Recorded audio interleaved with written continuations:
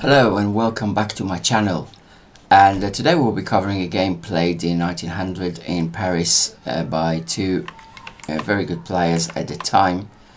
One Frank James Marshall, an American from New York, and Amos who was Brit. And it was a very interesting game, although very short, 19 moves only. It was played in Paris, as I said, in a competition. And what is so interesting about it was that it's also referred to as the pipe game, because during the entire game, the aptly named Amos was trying to light up his pipe and just couldn't do so because it wouldn't light up properly, and he was so engrossed in the game that he burnt his finger with a match at a certain stage, and only by the end of the match he got his pipe going, but then it was a bit too late. So yeah. Funny notes added by Frank James Marshall to the basic notation of the game about this pipe story. Anyway, let's get on with the game and try to analyze it together and see what both players did right and wrong. So we see white is played by Frank James Marshall, and he starts the game with the queen's pawn and the queen's gambit. Now, obviously, the choice is up to Amos if to accept the gambit and capture here on c4 or not. He decides not to do so and continues to develop his pieces. And at this stage, Byrne plays the move bishop to g5, pinning the knight, as the queen is under threat now. Very familiar line, I'm sure, for every chess player. And now black defense by taking the bishop out, not allowing, basically he does a few things. First, if he doesn't want to bring the queen out, recapturing on f6, then it achieves that. Obviously he wouldn't want to capture with the pawn, because that would weaken the pawn structure. And as well as that, he develops his piece, preparing for a castle, while still making the action necessary to protect his pieces. So very nice move from Marshall. And then we have e6 and e castles as expected, Amos Byrne. And now Marshall comes on with knight to f3.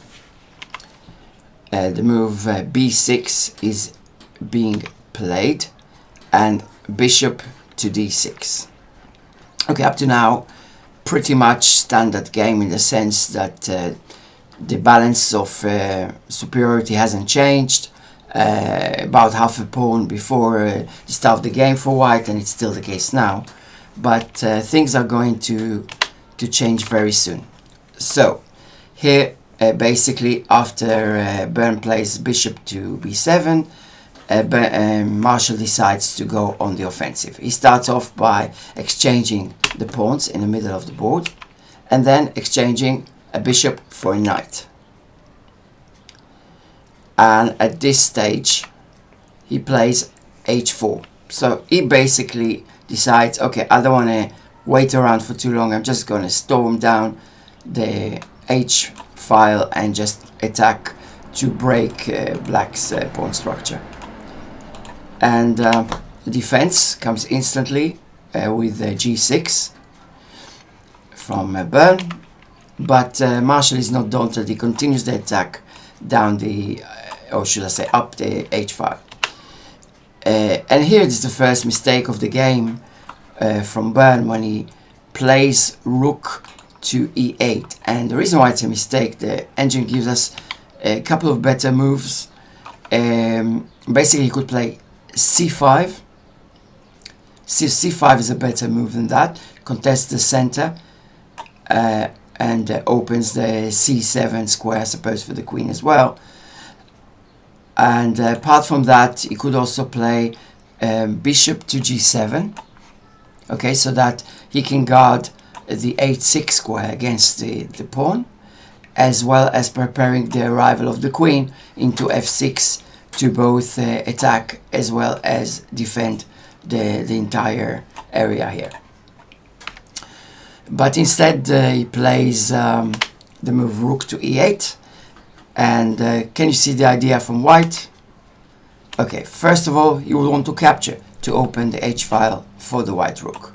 So let's see what happens. Indeed, the capture takes place, the recapture I mean, and Burn decides to recapture with the H pawn instead of with the F pawn. Actually, it doesn't matter that much, but it's probably just slightly better with the H pawn still. The queen is brought to c2, preparing an attack on the diagonal on the g6 pawn.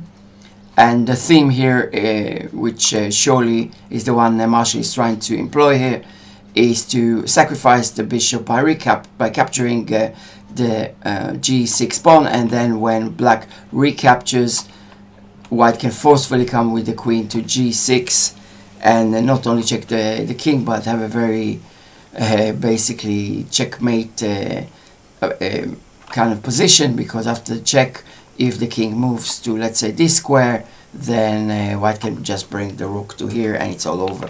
So basically that's the idea for white. And now black plays somewhat too late.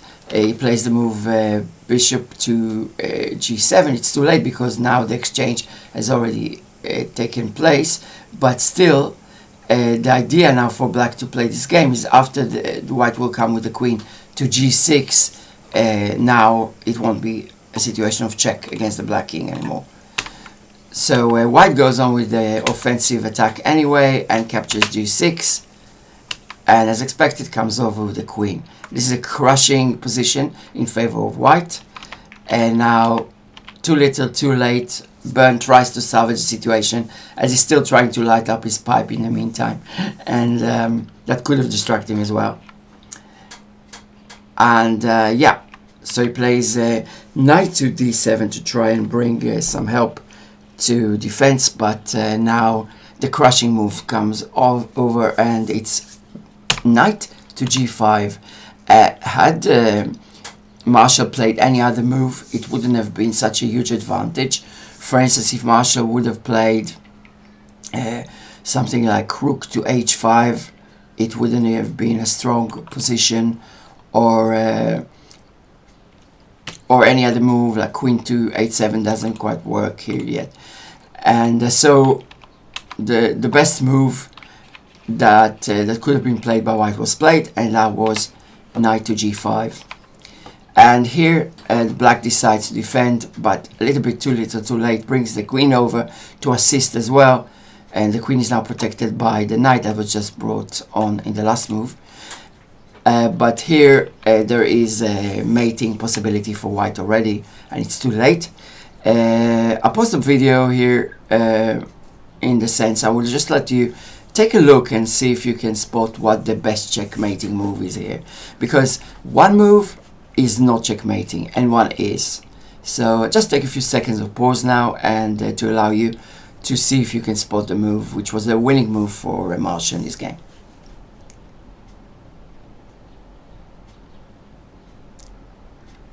Right, welcome back. So basically, if you got the right move spot on, then congratulations. The right move is rook to h8. Yes, very beautiful move, because basically the king cannot move to these squares as they are defended by the rook and the queen, and the only possible move for the black king is to recapture the rook, and then the queen can just slide easily to h7 and checkmate the black king, which is exactly what happened in the game. And we spoke about one checkmating move that didn't work out, and that's a queen to h7. And the reason why it doesn't work out, because the black is now an exit. He can move to f8 and then in turn to e7 and even completely flee the scene.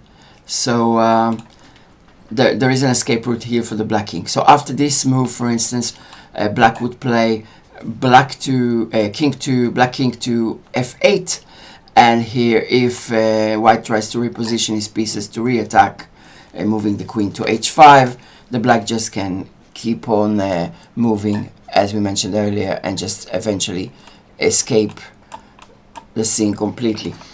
So basically what is very interesting in this position is that with this move, queen to h7, not only does white not checkmate black king, he's actually at a disadvantage in the game because of the pieces which were traded. I mean, he did sacrifice the bishop for 2 pawns, and this position is actually better for black than for white.